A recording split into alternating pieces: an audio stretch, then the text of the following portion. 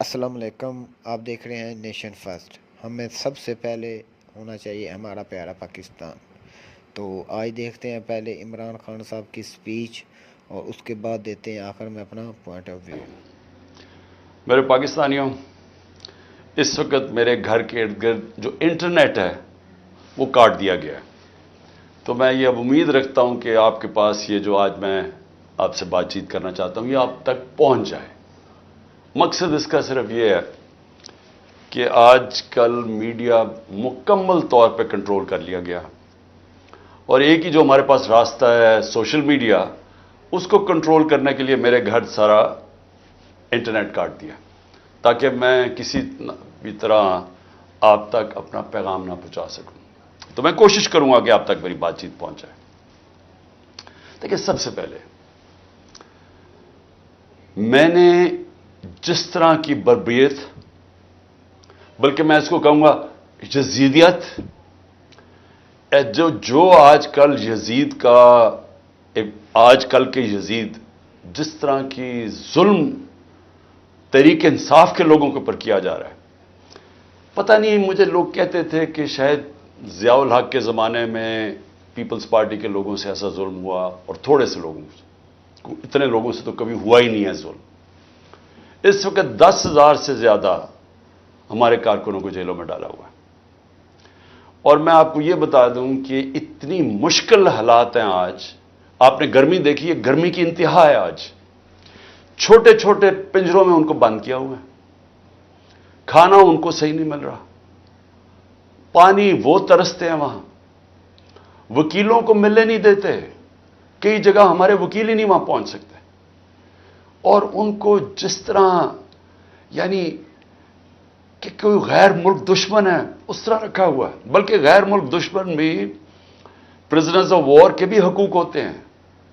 یہاں تو صرف ان کو ایک کہ فائدہ اٹھاتے ہوئے جو کور کمانڈر کا گھر جلایا گیا، اس کا فائدہ اٹھاتے ہوئے پہلے سے پلان بنا ہوا تھا۔ اور میرا جس وقت بھی، یہ میں آپ کو بتا دوں، جس وقت بھی اس کے اوپر انویسٹیگیشن ہوگی، یہ ثابت ہو جائے گا کہ یہ پری پلان تھا سب کچھ۔ سو اس لیے اس کے فائدہ اٹھاتے ہوئے ایک ایسا کریک ڈاؤن ہے جو میں نے پاکستان کی تاریخ میں کبھی نہیں دیکھا۔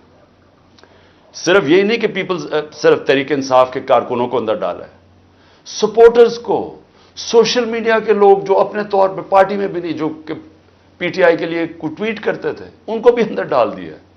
ساری لیڈرشپ اندر ڈالی ہوئی ہے، اور نکلنے کا صرف ایک طریقہ ہے کہ ایک وہ جادو کے لفظ کہہ دو، وہ جس طرح ہوتا تھا نا، کھل جا سم سم، آپ جادو کا لفظ کہہ دیں کہ جی میں تحریک انصاف میں نہیں ہوں، تو آپ رہا ہو سکتے ہیں۔ یعنی یہ مذاق ہو رہا ہے ہمارے ملک کے ساتھ۔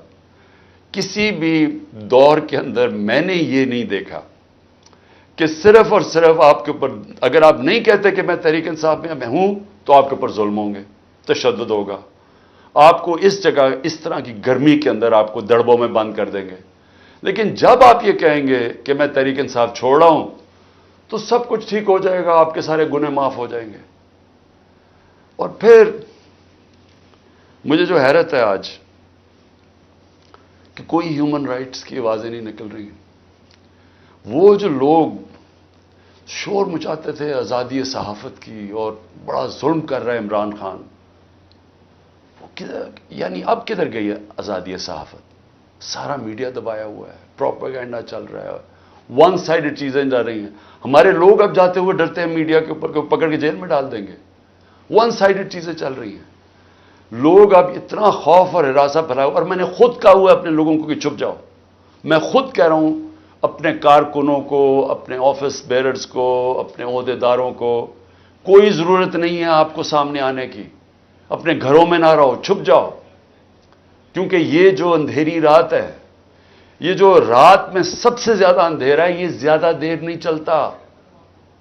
اور اللہ قرآن میں کہتا ہے کہ اس کو جو سب سے زیادہ چیز پسند ہے، مشکل وقت میں صبر کرنا۔ صبر کریں۔ مجھے پوری طرح احساس ہے کہ آپ کے اوپر کیا گزر رہی ہے، لیکن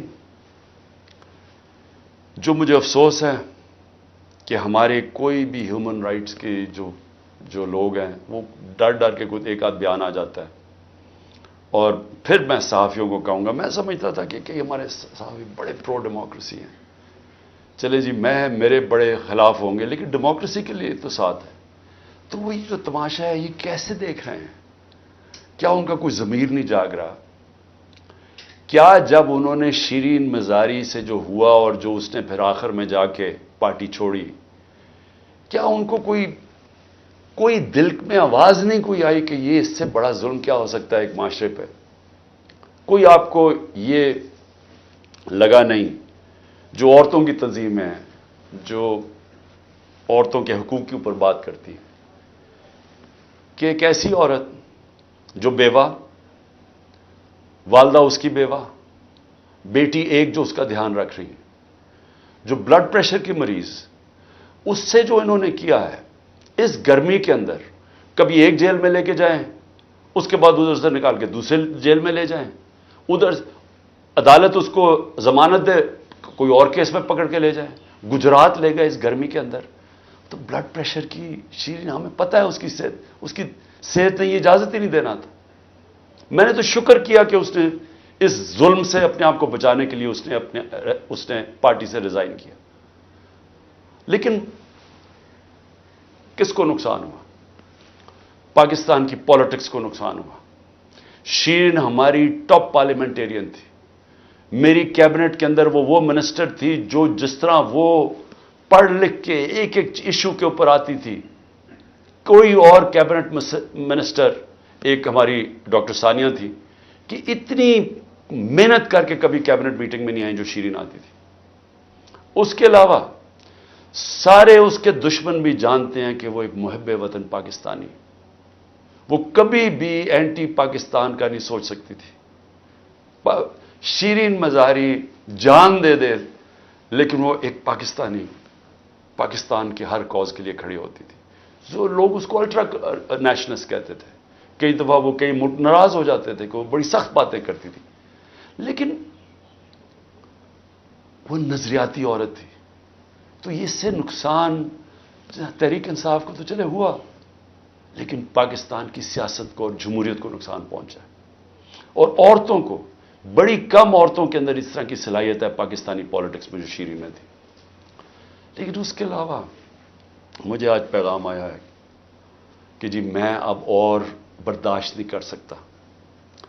انہوں نے میرے گھر پہ لوگ بھیجے، گھر کے اندر گھس گئے لوگ، انہوں نے آ کے رات کو بیوی، میرا 13 سال کا بچہ وہاں اندر گھس گئے، میری بزنسز کے اوپر، میرے رشتہ داروں کے اوپر پریشر ڈال دیا.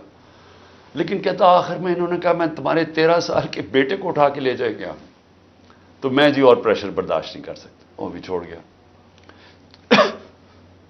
تو یہ اس وقت کا حالات ہے کہ کسی نہ کسی طرح پی ٹی آئی کو چھوڑیں گے، سب کچھ گناہ معاف ہو جائیں گے. میں اس وقت مجھے حیرت ہو رہی ہے، اور مجھے کئی لوگوں کے اوپر خود پتا ہے کہ ان کے اوپر کتنا پریشر تھا، کیونکہ مجھے بتاتے رہے کہ